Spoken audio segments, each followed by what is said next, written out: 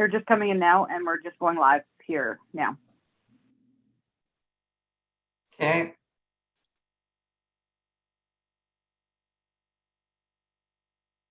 We are live. Thanks, Stacy. Welcome, everybody, and good evening. Welcome to the regular meeting of council for February 21st, 2022. I'll like to call this meeting to order. You have before you a copy of tonight's agenda. There is one addition under 7B, an excused absence for Councillor McGill tonight. So if you can add that on.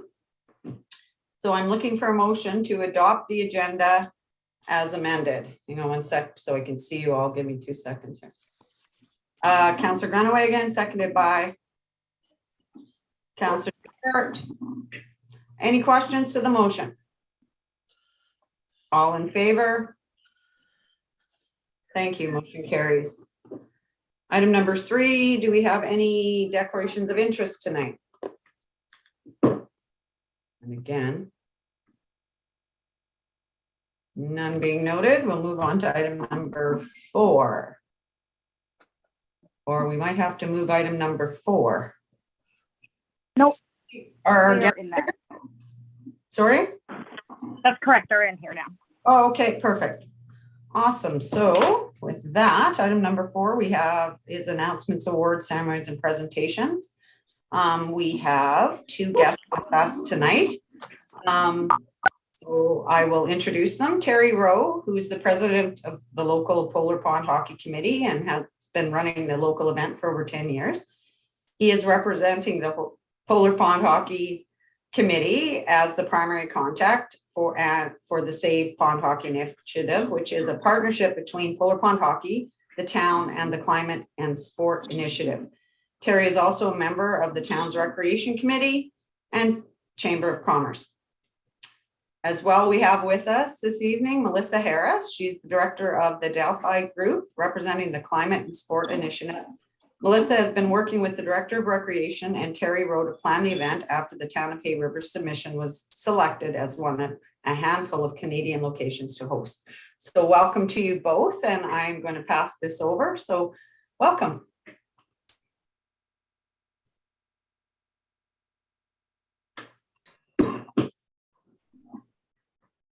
Great, thanks so much. Terry, do you want to kick us off? You're muted there, Terry.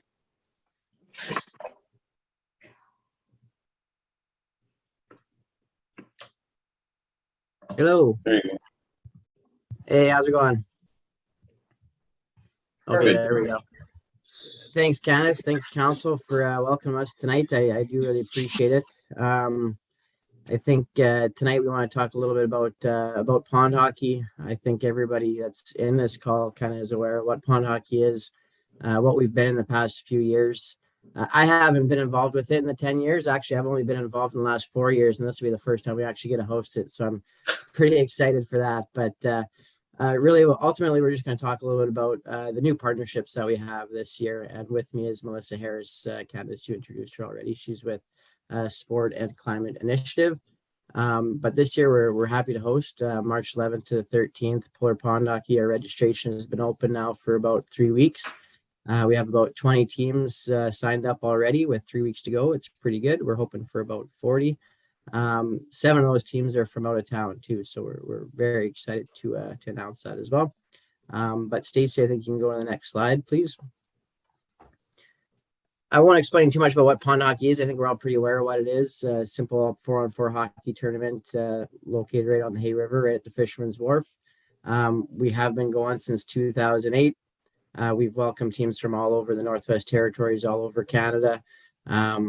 I think the last 4 or 5 years, we've actually hosted a team from Iqaluit, and I think they're coming again this year, which is pretty exciting. We originally started fundraising for the new rec center, which now we have a beautiful rec center, and many other nonprofit organizations and groups that we've been fundraising for many, many years, including Brendan Green, the local Olympian. And more recently, I think in 2019, we donated some funds and helped out with the new Fisherman's Wharf Pavilion for, again, this year will be the first year that we get to host in that event center. So we're very excited about that. Stacy, you want to go to the next slide? This event wouldn't be happening at all from year to year if it wasn't for our local partnerships and our local sponsors. We have so many. I won't go through every single one of them, but there is a few that I want to feature today, and that's the town of Hay River. They've been instrumental this year, right from the start. Actually, probably closer to a year ago, the initial RFP came out from Climate Change Initiative for this additional funding that was available to host a Save Pond Hockey.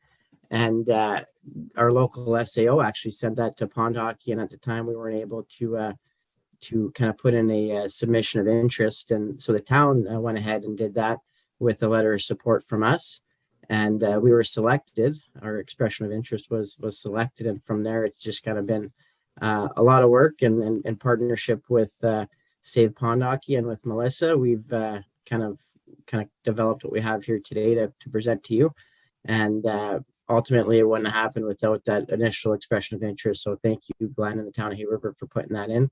As well, right from the start, Stefan Millette has been an amazing resource for myself to help plan and to make sure that basically kind of everything is organized and ready to go. And of course, from year to year, we do utilize a number of different town equipment and of course the pavilion itself. So the town of Hay River from year to year has been an awesome support for this event. So thank you very much.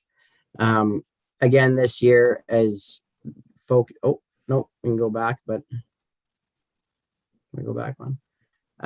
Just lastly, the Arctic Energy Alliance has been a huge support for us this year. The biggest initiative for us is the climate change awareness aspect of this. It's going to be a little bit different from past years, and Louise Schumann and the Arctic Energy Alliance has been kind of organizing a few extra activities for us, which we'll kind of go over a little bit later, but they've been an awesome help to us as well. You can go to the next slide, Stacy. So I'll introduce Melissa to discuss a little bit about our partnership with Climate and Sport Initiative. Sure. Great. Thanks so much, Terry. So just very quickly, I work for a group of organizations, including Globe Series, Delphi, and Leading Change. And so we have operations across Canada, focused on encouraging governments and at all different levels and some of Canada's largest companies to focus on sustainable development. But we recognize that in order to see the kind of change we're hoping for, there's an importance to reach the public as well. So a couple of years ago, we launched the Climate and Sport Initiative, which uses sport as a platform to talk to the public about climate change in a very kind of engaging and entertaining way. So we have some funding from the federal government to run a couple of pilot years, very focused on both virtual engagement as a result of everything with COVID, but now looking forward to moving into in-person events. And so we, as Terry mentioned, put out a call for proposals, and we're very interested in the response from the town of Hay River. There was a story included in the proposal about how the polar pond hockey was canceled a few years ago as a result of unpredictable ice conditions, which the committee attributed to climate change. And so that's the kind of story that we hear from Canadians kind of across the country, and really wanted to highlight. So we're so excited to be working with the partners that Terry has listed, and moving forward with this event. So Stacy, if you want to go to the next slide, please. So I've talked a bit about the Climate and Sport Initiative. We, through the initiative this year and probably next year, we're focused on hockey, but all sports are going to be impacted by climate change. And so we'll be looking to engage kind of more broadly than hockey. But for this year, we've partnered with an international organization called Save Pond Hockey. They launched in Finland in 2015, and there was an appetite, because this is a new Canadian initiative. We wanted to be kind of connecting with others in the space and recognize the value of being part of this kind of international series of events.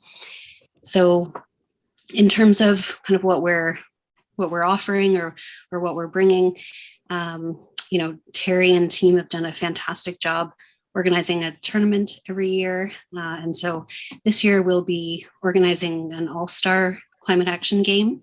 And so bringing some professional athletes, both former NHL players, as well as, some of the women's Olympic hockey team players as well.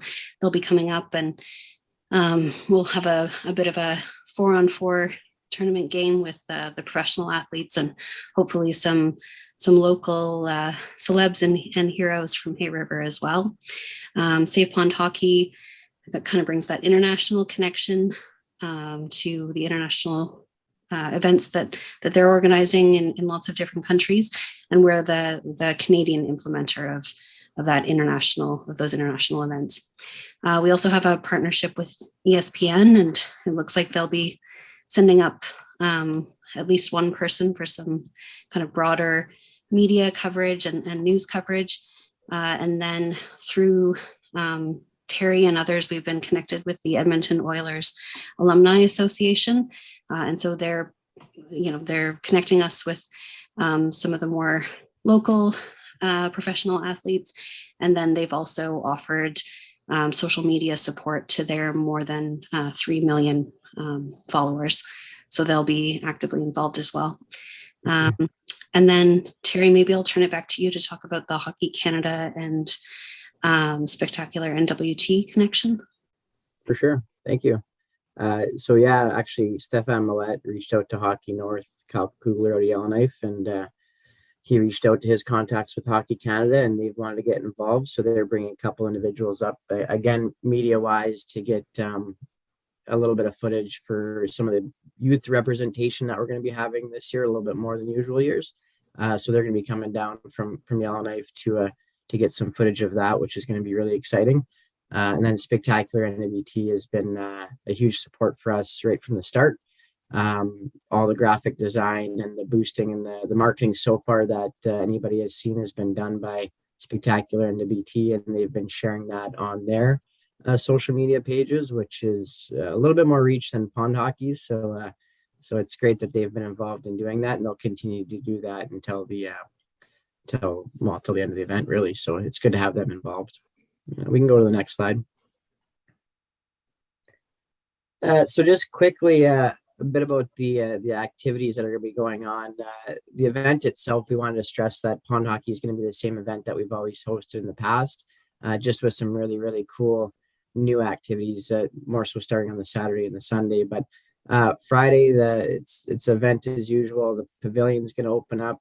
We'll have a couple of rounds of games. The Friday gala, we got approved for 200 capacity. We're hoping that changes by March, but for now, that's what we're going with. We're having some live music. A local band, 5/3 Mad, is confirmed that they're going to be performing for us. So that should be a really fun event, like it has been in past years. Saturday, Arctic Energy Alliance is hosting a community tour that is more focused on energy efficient infrastructure, which is going to be also kind of tied into the climate change and energy fair that we're hosting on the Sunday. So I think that'll be a pretty cool, another cool opportunity to showcase Hay River. The athletes also get in, the special guests get in on the Saturday night. So I guess one of the bigger parts of this for fundraising opportunities is the Saturday night auction night that we want to host, which all proceeds are going to be donated to our legacy project, which we'll touch on a little bit later. This will give us the opportunity and the public to meet these athletes for the first time, to meet them, to have some food with them, and also gives our community a chance to discuss climate change a little bit. KFN is going to be doing a welcoming presentation. There's going to be speeches by the MACA Minister Shane Thompson, as well as the Executive Director of Arctic Energy Alliance. And of course, if the town of Hay River wanted to say a little something or have a representation there, we'd be more than happy to have you. And then we'll have the auction, which is their big money maker, which will all go to the Legacy Project. I think all the players are donating some sort of signed or autographed memorabilia. Air Tindy's got some return flights. Arctic Energy Alliance is donating some stuff. So we're still building up that the stuff that we can auction off, but it's going to be a pretty fun night, I think. On the Sunday, that's where we're going to have a bit more youth representation the Sunday morning. as the special guests are coming around 10 a.m. I'm really hoping that minor hockey is going to have a few games at the pond that morning. Our playoffs will get started around 11:30.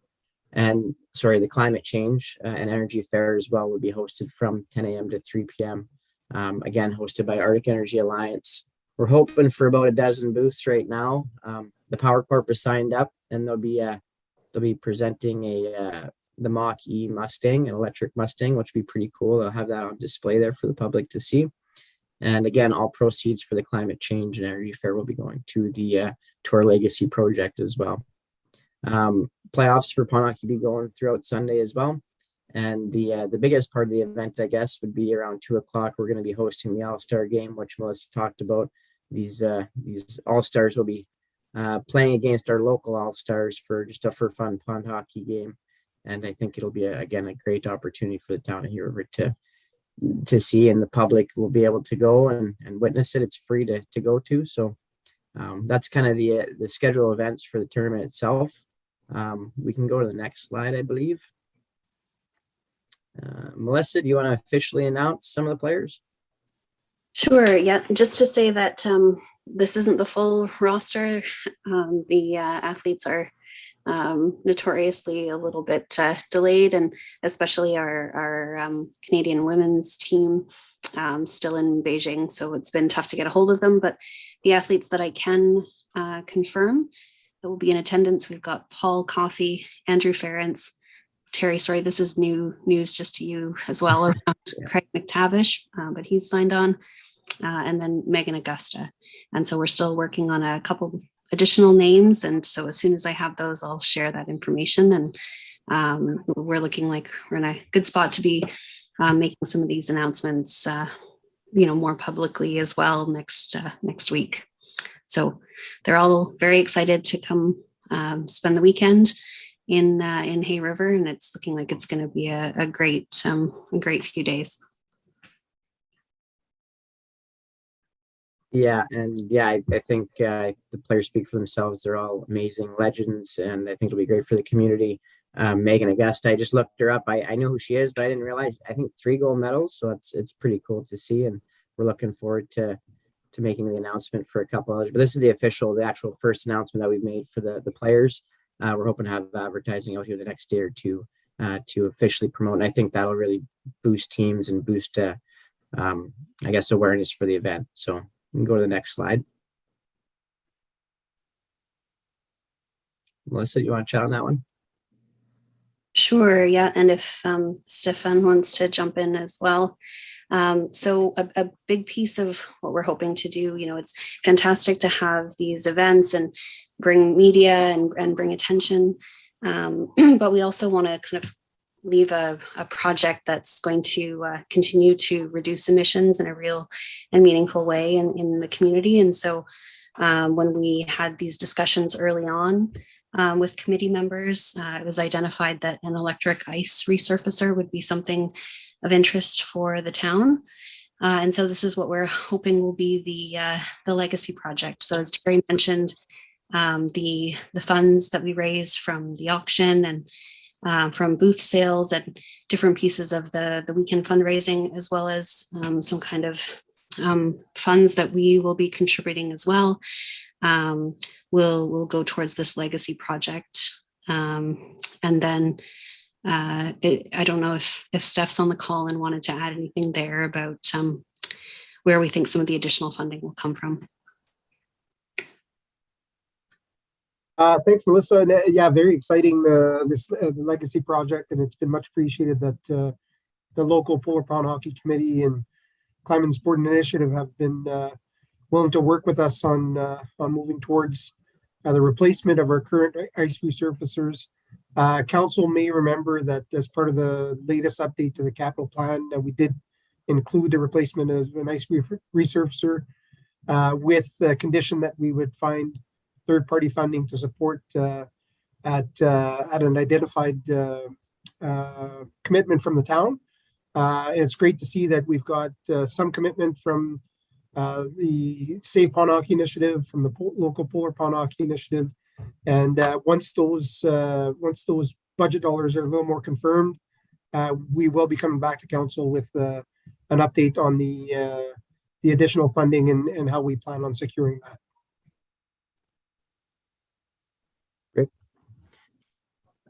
So I think that might be it. Stacy, I don't know if there was another slide. Yeah, I just ended it with, I thought some questions might be with, what we're allowed to do. We've been given approval from public health to use the facilities inside for 200 people at this point. There have been some discussions about that possibly being increased, as well as outside. There is a capacity of 300 people that is going to be very hard to enforce. Yeah, we're approved through for the whole event. We've been open with public health as to what we're doing and how we're going to do it. And we want to do this safely. So I guess that's kind of what we had to present today. We want to thank you for the time. We're very excited for the event. I hope you guys can all share this information with the town. And if you have any questions, we're here now and we can answer. We should be able to answer. Thank you. That is very exciting for our community. So I will open it up for questions. Any questions from council? Comments? Deputy Mayor, go ahead. Thank you, Worship. Not a question, but just a thank you to the Pond Hockey Group and Climate and Sport Initiative. I mean, looking forward to having pond hockey back, and I was just seeing things start to get back to normal here is exciting, and it's the event that you guys have put together sounds like it's going to be an awesome time for the community, and really looking forward to having that event back and seeing everybody out together again. So thank you guys for all your work and congratulations on all your successes so far, and look forward to the event. Any other comments? Oh, Councilor Bouchard, go ahead. Yeah, it looks good. Sounds good. Sounds good that Terry is finally going to be able to host one. Yeah, looks like the increased awesomeness is there. Good job. Great. Yeah, it's always exciting, and I can't wait to encourage everybody in the community to get out and participate one way or another. Volunteer, we always need lots of them. So yeah, great stuff. And thanks so much for your time tonight. Councillor Duford had her hand up. Go ahead. Thank you. I just want to say that I'm really excited, and I'm hoping those two mystery athletes, one of them is still Wayne Gretzky. My fingers crossed. We'll try. Any more comments from council? Councillor Wall, go ahead. Thank you, Madam Mayor. Just congratulations to everybody. It's looking good. Terry, I just want to say thanks for putting some kids in there. I think pond hockey is awesome, but our kids are suffering because of COVID, and I think it's good that you've got them slotted in. If you could get them slotted in more for next year, then that'd be awesome too. But excellent job, excellent work. Yes, very exciting. And thank you so much for your time tonight, and we look forward to the event. I'm sure we'll be taking care of you. Thanks, Take guys. care. Thank you. See ya. Thanks. Bye. Okay, so announcements, awards, summaries, and presentations. Anything from council? Go ahead, Councillor Dowie. Thank you, Worship. Yeah, I just want to offer our condolences to the family of Terry Cook, who recently passed away. So condolences to all his family and friends. Terry was a longtime Hay Riverite and long-serving member of our fire department, and retired from Coast Guard here.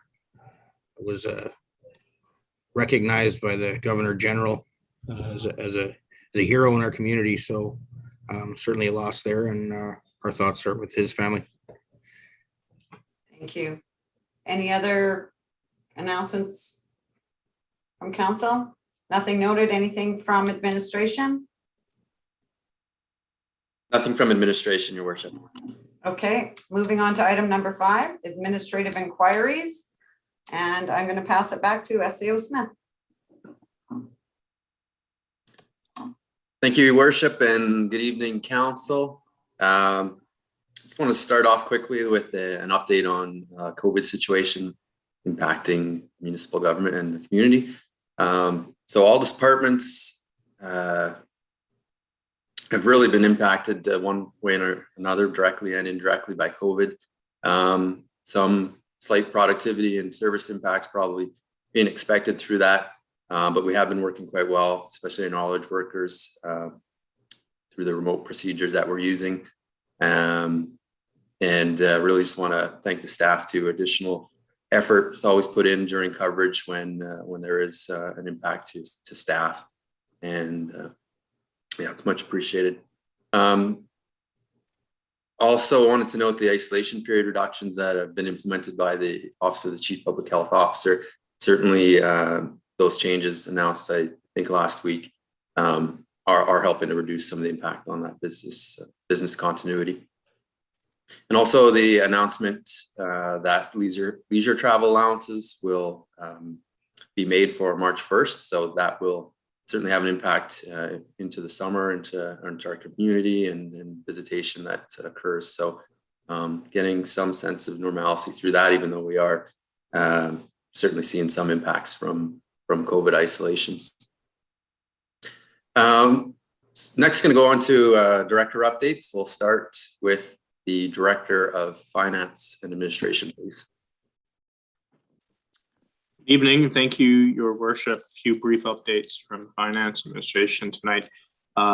Notice for property owners, the March 21st deadline for assessment appeals is rapidly approaching. If you wish to appeal your property's assessment, it must be received on or prior to that date.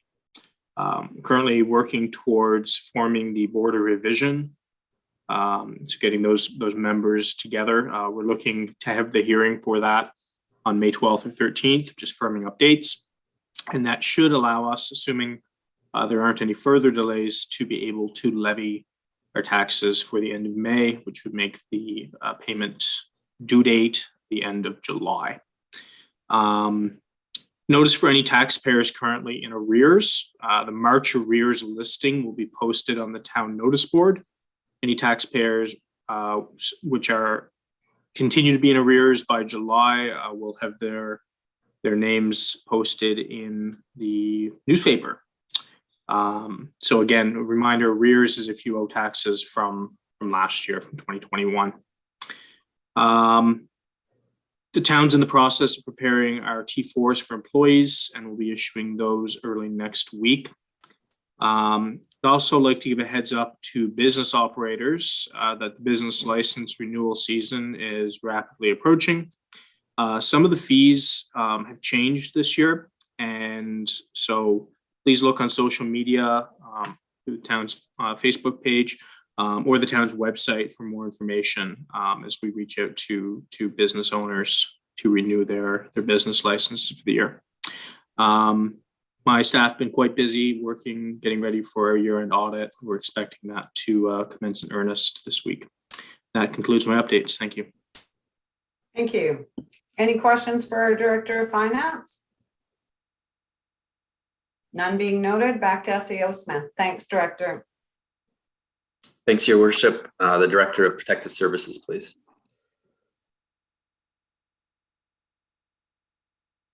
Thank you, Your Worship. Currently for the month of February, as of today, the department has done 39 ambulance calls. We've responded to 1 rescue call and 1 false alarm. Updates to current initiatives. I've been working on specs for the replacement of our heavy rescue, or Rescue 1. I've also submitted a formal request to ENR to use the remaining Fire Smart funds on another project, and I'm just awaiting to hear back on a decision from them. We've also been working on some draft officer job descriptions for the fire department, just to help with setting some expectations. I've also been doing an in-depth review of our town safety policy and manual, just to get familiar with it. And also I met with a consultant this past week to discuss scoping out a safety management program and system. So more to come on that as it develops. We got back to training this past week. This last Thursday, we got back to training meetings. We trained on the medical units and different response scenarios. And this coming weekend, we're doing international trauma and life safety course with AMS. And we're also doing a pediatric trauma and practices training. So should be a good course. We have 12 people signed up, so it should be good training for everybody involved. That's all I have for updates. Thank you, Director. Any questions for our Director of Protective Services? None being noted, I'll pass it back to SEO Smith. Thank you, Worship, the Director of Recreation and Community Services. Thank you, Madam Mayor. Good evening, everyone. A few operational updates for council this evening. As the SAO mentioned, the rec department was impacted a little bit. We were a little short-staffed at the rec center in the last week and a half or so, but there was no impact to programming and everything was covered internally, and we are back to full coverage at this point. After school programs are going very well. They're about at 75% capacity with registrations and drop-in. That continues to increase, and we expect it to be likely at full capacity in the next week or two, given that people are getting back into the swing of things. Swimmer numbers are also either consistent for adult lane swims and our noon swims and our early bird swims, or they are increasing. Some of our weekend and evening swimmer or open swim times have been increasing, and we've also seen continuing increase in our birthday party bookings at the community center. The community center will be busy until the end of the season on weekends. There are special events booked at the community center every weekend except this coming weekend, February 25th to 27th. There have been 2 hockey tournaments hosted to this point. There's a few more hockey tournaments. Curling Bonspiel, which I believe is confirmed or it's near confirmation. And the figure skating year-end carnival is also expected in late March, early April. The town rec department partnered with the Hay River Ski Club to host a full moon snowshoe last week. There were 15 people signed up. 11 people participated on a very cold evening once again. Those are the best numbers in a bit there. So it's good to see people getting out and enjoying that. Lastly, we are expecting some better weather in the forecast here. There's better weather being forecasted. So our outdoor rinks, the upkeep will be increasing in the next few days here, and we'll make sure that we have the outdoor rinks ready and available for youth and residents to enjoy while the weather warms up.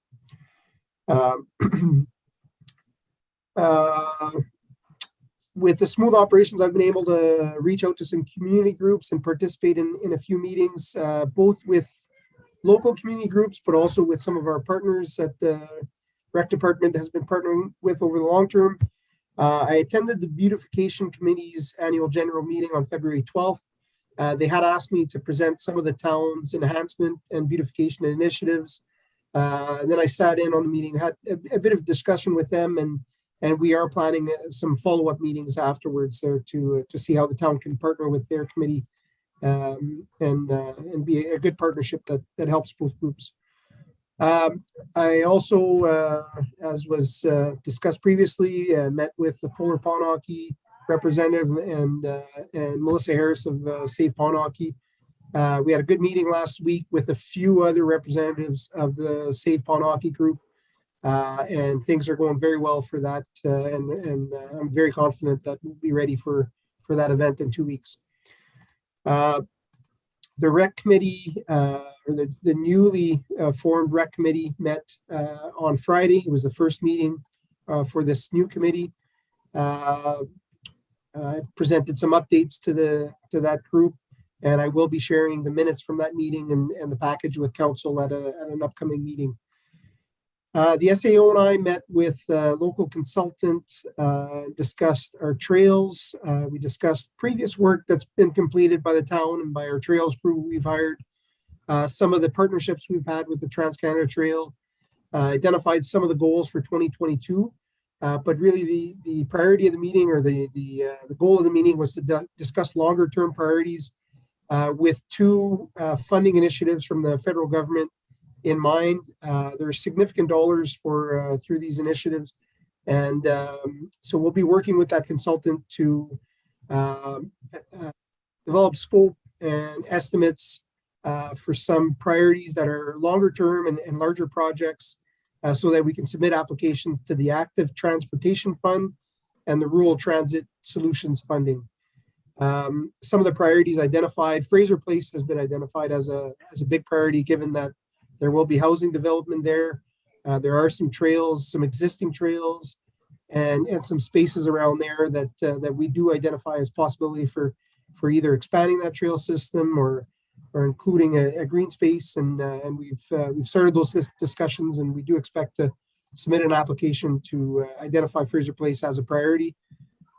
We've also identified gaps and accessibility concerns in our current trail system. These are gaps or issues that we can't address, or we would have difficulty addressing with our own budgets and with the funding we've been receiving from the Trans-Canada Trail. And so we will be submitting those applications in the next few weeks here. Also was in communication with golf course and ski club representatives, trying to help them find funding for summer employment and also for full-time employment. At this point, they've submitted an application to the CPRA Youth Employment Experience Funding. Both organizations have submitted, and we'll be meeting also to look at some options that ECE has for job creation funding. And those communications are going well. Lastly, we have a consultation meeting tomorrow regarding Bob McMeekin Chamber Park and the revitalization project there. More specifically, we're seeking input on the Welcome to Hay River sign and the replacement of that sign, being that that's a big component of the project.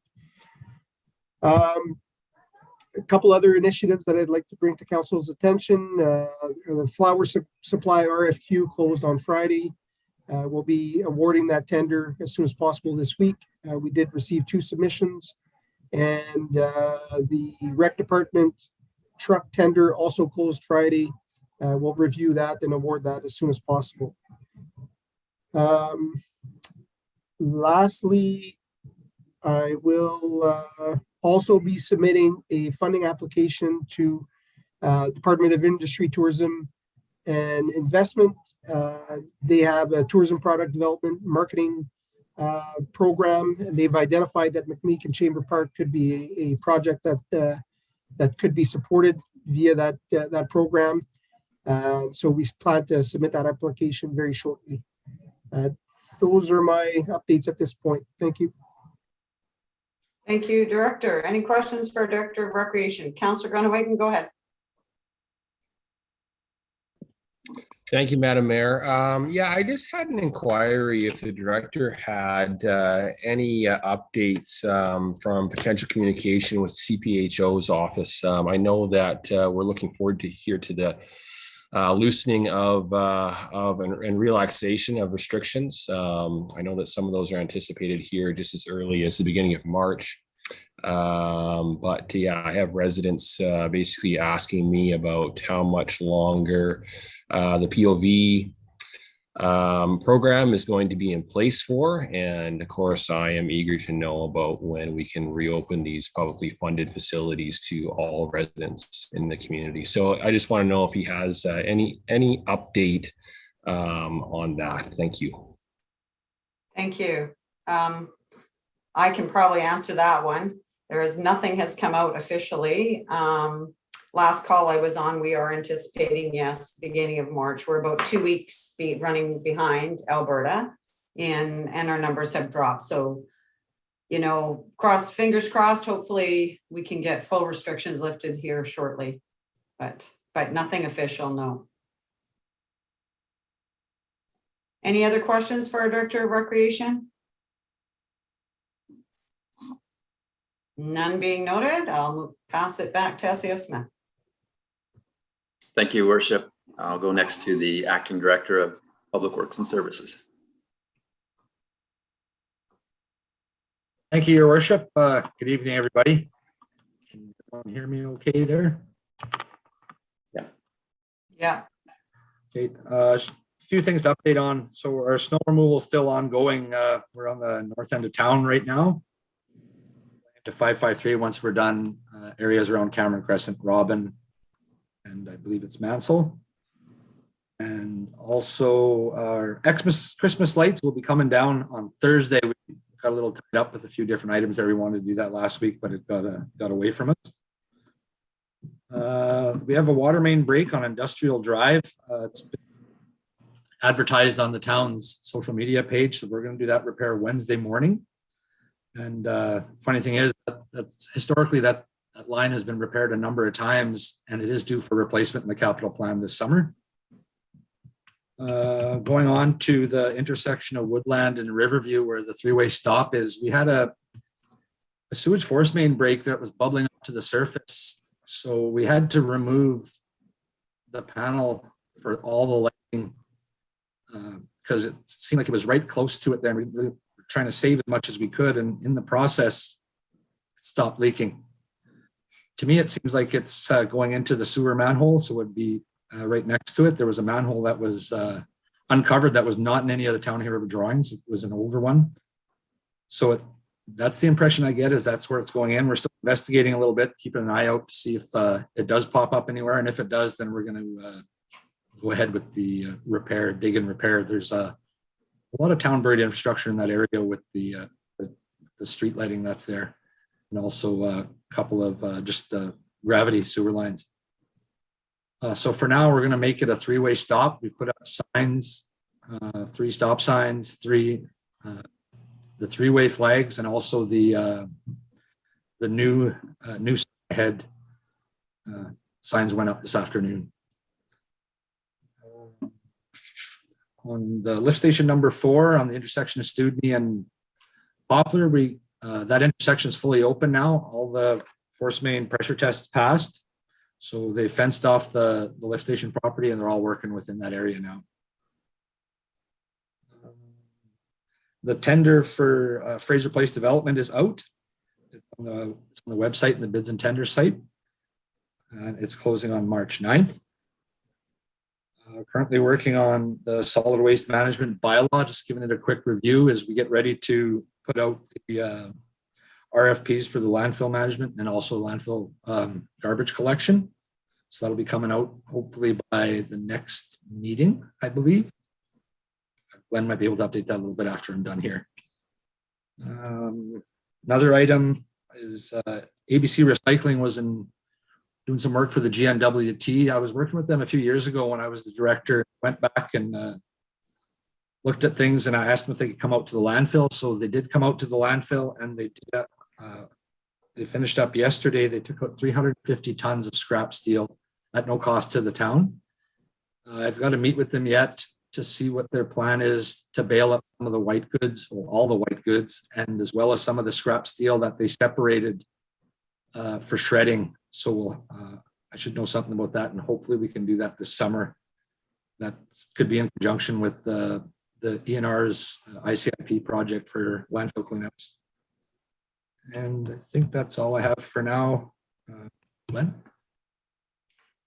Thank you, Director. Any questions from Council? Go ahead, Councillor Bouchard. Yeah, obviously heard some comments about the lights being down at PA school there, and sound like there's lots of people who are keen to get rid of them, but and I know we've had troubles with them not turning off at certain times like they used to, and I know I think even last year we had troubles with them, and we were going to go to three-way. I mean, I'm just wondering if we're assessing those lights, if they need to be just permanently gone to a three-way system there, or replacing them. I'm not sure what we do to make those decisions. I'm not exactly sure who decided to put them there, but yeah, just like, do we need them? Do we need a set of lights there? Just a question for maybe administration to investigate, I guess. Yeah, I believe those were put in. I've seen a few, I want to say 1991. So I'm going to go back and see if I could find the traffic management plan for that to see why they insisted on those lights going there. And then speaking of lighting, I guess it is dark over there. I spoke with NUL today to see if they could hook their street lights back up, just the regular lighting going forward. Thank you, Director. Any other questions for Director of Public Works? Go ahead, Councillor Wall. Thank you, Madam Mayor. I kind of agree with Bouch, Councillor Bouchard, because it's a lot quicker. The three-way stop is a lot quicker than the lights. I have to tell you, I get home a lot quicker now. Fair enough. SAO Smith, go ahead.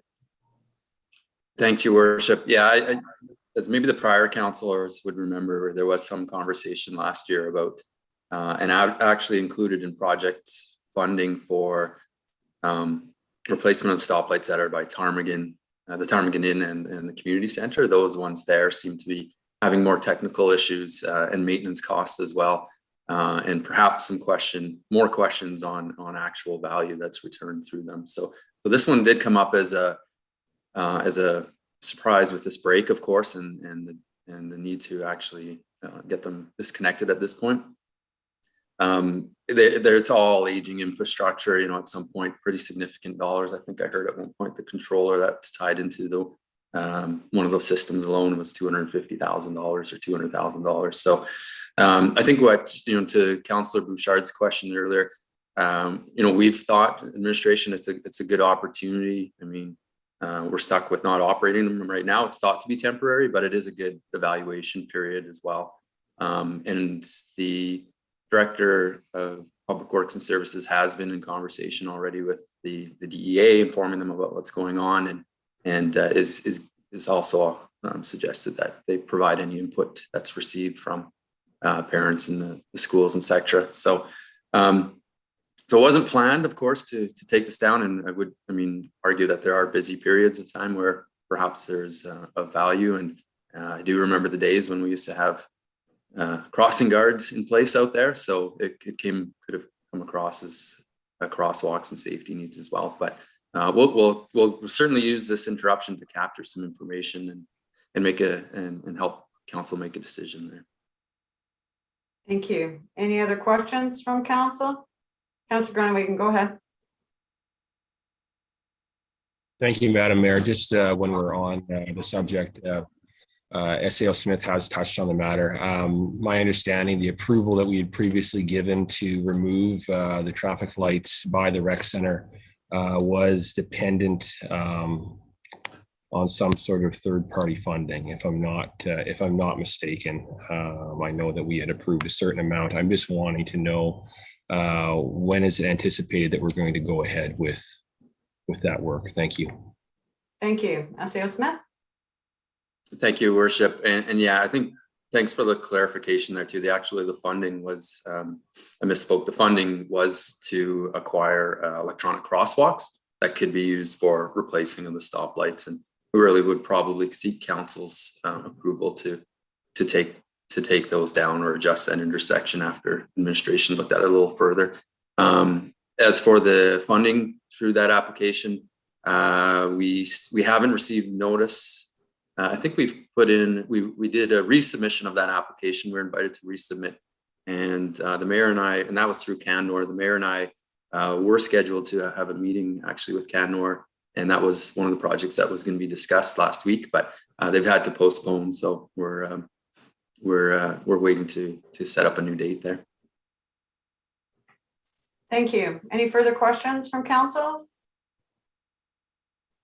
None being noted. Back to SAO Smith. Thanks, Your Worship. A few items from me and the SAO office. First off, we've submitted through MACA's disaster assistance policy a claim for $108,000 to cover town expenses that were incurred as for assessments and repairs to infrastructure that was damaged as part of the 2021 spring flooding. So that includes work along Lakeshore Drive that was completed, Alaska Road, and the berm by the West Point First Nations. More so the assessment there, we're still pending repairs as we await funding, more funding to support that. And also our water treatment plant road, which did see quite a bit of damage and was underwater, had to incur costs for culverts and such. So the fund itself, it has a maximum of $100,000, and we are hopeful to see that money through approval. We've been provided notice by the Public Utility Boards and the Northwest Territories Power Corporation that the Northwest Territories Power Corporation has submitted a project permit for the Tulsa Hydro Plant overhaul. So this is a major project for them and for those that use the Tulsa system. It's budgeted at $66 million, and it's for a turbine. I think it's turbine replacement and some of the ancillary type equipment work tied into that. In conversations, so NTPC has secured about $18 million of that cost in federal funding, and they are still looking at trying to identify new revenues, industry type revenues, including Pine Point Mine, but to reduce some of the impact that would occur through a rate application. The rate application comes after the project permit. So right now they're essentially just making a case to the PUB that the turbine overhaul is needed. After that, we'd get a better handle when they do submit for a rate increase, assumingly, to understand what the impact would be, more fully understand it from a rate perspective. So we will pick up the town will pick up the application package and review it. It's a tight turnaround of indicating if we would comment or have concerns, and that's by February 25th. Wow. That's sort of tied in. It's not directly tied into our franchise work, but does continue with ongoing work that's associated with NTPC and the franchise work this year. Also want to provide note that the consultation associated with the community housing plan is continuing. As part of that comprehensive engagement plan, consultants are going to be set up this week at the community center on Tuesday and Wednesday. And that's to meet with the general public as part of the needs assessment portion of the community housing plan. More information on that is available on our Facebook page, and certainly encourage residents and councillors to stop by a community center and share their input. I've been reviewing this week a fee letter from our engineering partner Stantec for our new town hall needs assessment and feasibility study.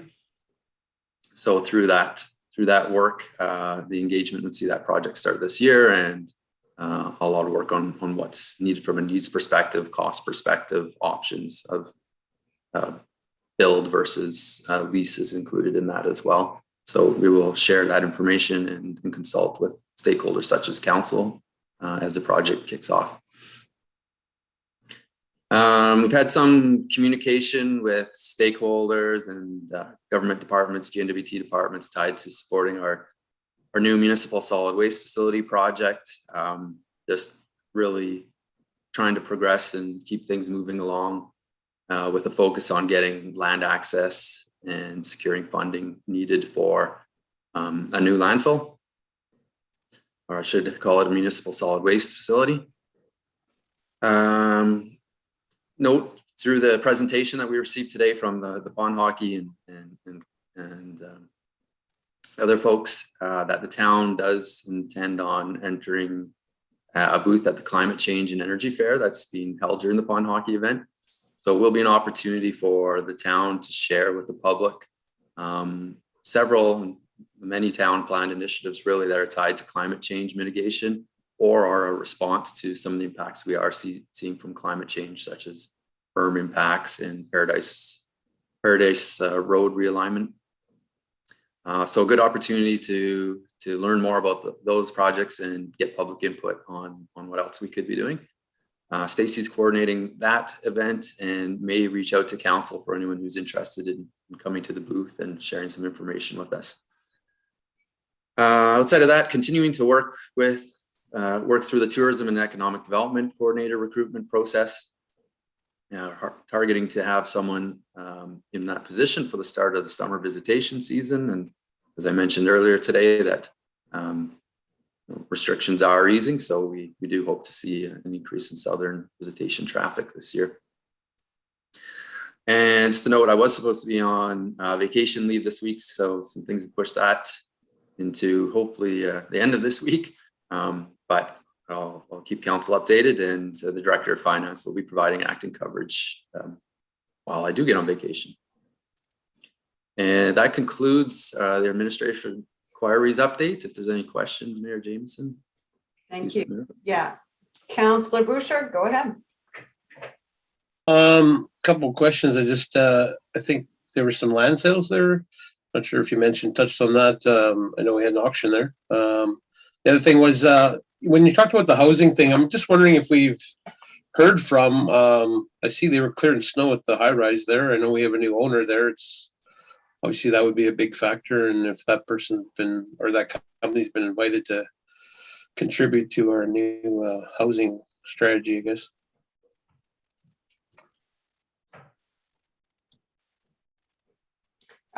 SAO Smith, sorry. Thanks, Your Worship. Thanks, Councillor Bouchard. Yeah, unless it wasn't noted already, we did have the Vail Island land auction last week. My understanding was one property was sold through that, and the other properties are now available on a first come, first serve. So I think there's 8 properties left. So you can find information on those lots on our website. If not already posted, they will be shortly. As for the high rise, have been intending to reach out to the new owners to understand their plans, but haven't been able to yet. And certainly, I think the community housing plan really recognizes that there's 2 major activities that, at the start of the project, a lot of uncertainty with the high rise. We all know that has a huge impact, whether it's open or closed, on what our housing situation looks like, especially for multi-dwelling. And of course, the Rose apartment construction that's occurring downtown as well, right? With the opening of both of those, it dramatically changes the needs and the needs assessments and what our strategy might look like for a community. So we will make sure that that's recognized through our partners on that project, and it's included in our projections, as well as get any input from them. I believe Rose Construction or other members of the housing development community have certainly been involved so far with stakeholder consultations. Thank you. Any further questions from council? None being noted, we'll move on to item number 6, committee reports, and we'll start with 6A.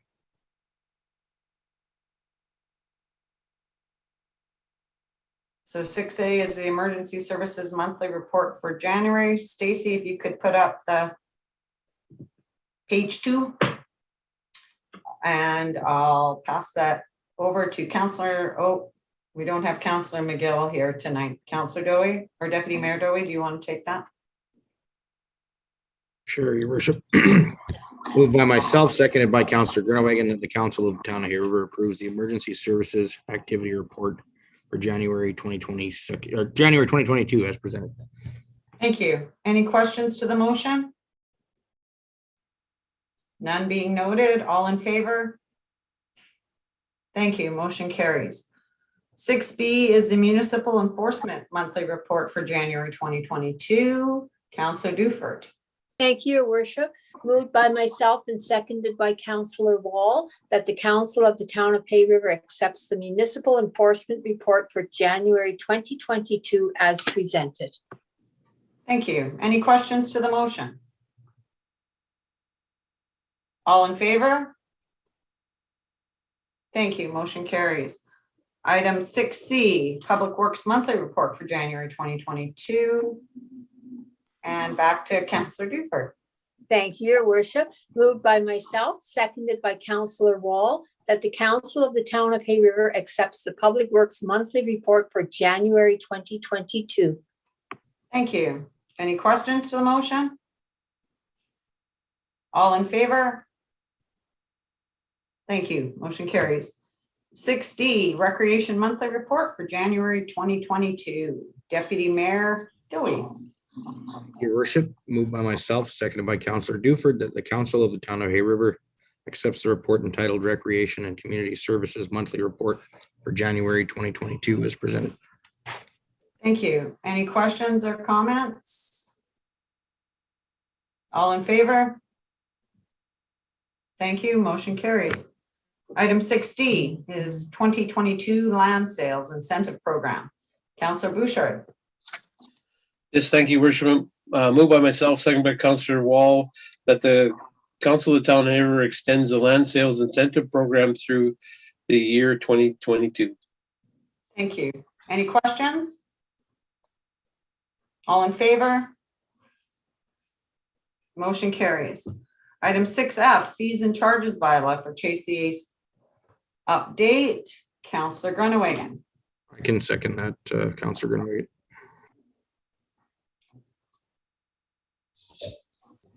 Thank you, Madam Mayor. Moved by myself and seconded by Deputy Mayor Dowie, that the Council of the Town of Hay River modify the fees and charges by bylaw section relating to Chase the Ace to 5% fee based on the percentage of gross weekly sales as recommended by the Policy and Bylaw Committee. Sorry, the font's pretty small.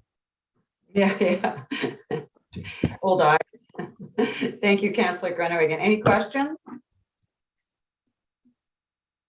None being noted. All in favor?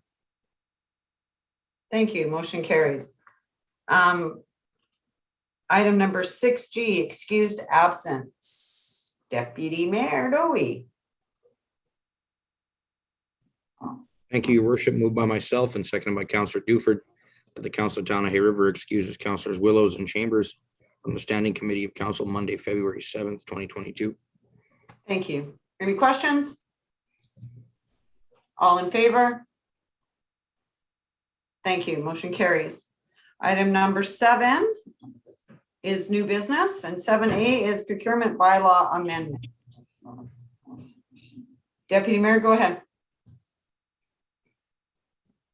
Thank you, Your Worship. I'll move the recommendation that the Council of Town of Hay River accepts the report on bylaw number 2388, procurement bylaw as presented. Thank you. Looking for somebody to second the motion. Councillor Wall, any questions to the motion? All in favor? Thank you. Motion carries.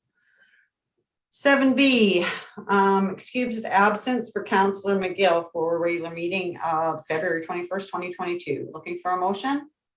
Councillor Duford, go ahead. Thank you, Your Worship. I'll move that council excuse Councillor McGill from the regular meeting of council, February 21st, 2022. Thank you. Seconded by Councillor Wall. Any questions to the motion? All in favor? Thank you. Motion carries. Item number 8 is our bylaws. 8A, bylaw 2441, repeal bylaw 2011-Gen-06, the personnel committee bylaw. We're looking for third reading on this. Deputy Mayor Dowie, go ahead. Thank you, Your Worship. I'll move third and final reading of bylaw number 2441, repeal of bylaw. Thank you. Seconded by Councillor Duford. Any questions to the motion? None being noted. All in favor? Thank you. Motion carries. Item 8B, bylaw 2442, half-day civic holiday. Looking for first reading. Councillor Bouchard, go ahead. Thank you, Worship. I'll move first reading of bylaw 2442, half civic day holiday. Thank you. Seconded by Councillor Grunewagen. Any questions to the motion? Just a question on the dates. Will we have another meeting before this happens?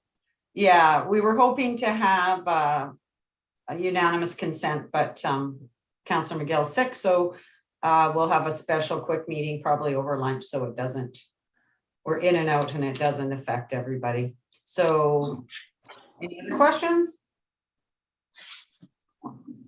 All in favor?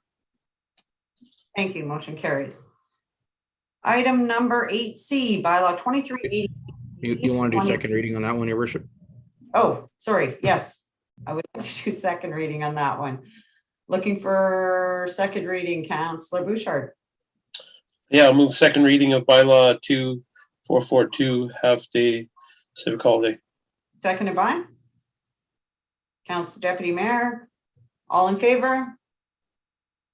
Thank you. Motion carries. And thank you, Deputy Mayor. 8C, bylaw 2388A22, procurement bylaw and policy, first reading. Need a motion. Deputy Mayor, go ahead. Thank you, worship. I'll move first reading of bylaw number 2388A-22, 7C procurement bylaw and policy update. Thank you. Seconded by Councillor Dufert. Any questions to the motion? None noted. All in favor? Motion carries. Thank you. Looking for second reading on procurement bylaw and policy. Deputy Mayor, go ahead.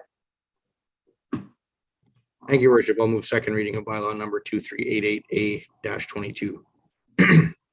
Thank you. Seconded by Councillor Dufert. All in favor?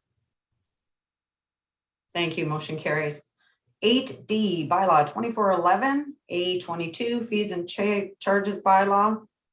Looking for first reading. Deputy Mayor, go ahead. Thank you, worship. I'll move first reading of bylaw number 2431A-22, fees and charges bylaw.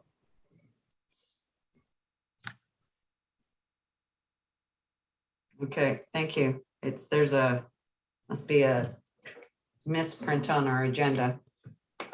Seconded by Councillor Dufert. Any questions? All in favor? Thank you. Looking for second reading on bylaw 2431A22. Deputy Mayor, go ahead.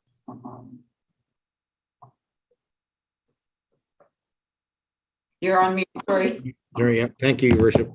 I'll move second reading of bylaw number 2431A-22. Thank you. Seconded by Councillor Dufert. Any questions? All in favor?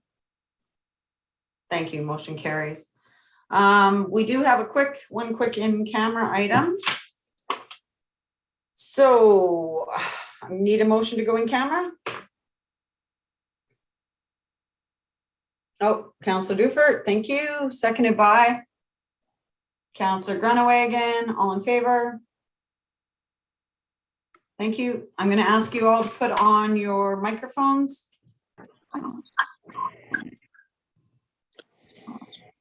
And I will ask you to solemnly swear and sincerely affirm that you are alone and cannot be overheard while in camera.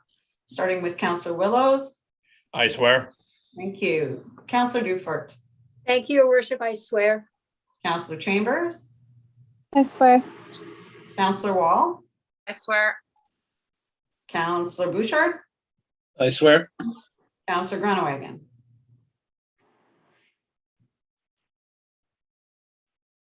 I swear. Thank you. And Deputy Mayor Dewey. Thank you, your worship. I swear. Okay, so it's 7:39, so let's take a quick break and reconvene at 7:40. And thank all our directors and SAO. Our SAO will stay on, but the directors we don't need for this. And like I said, it will be quick. So 5-minute break and I'll see you all back here. Thanks.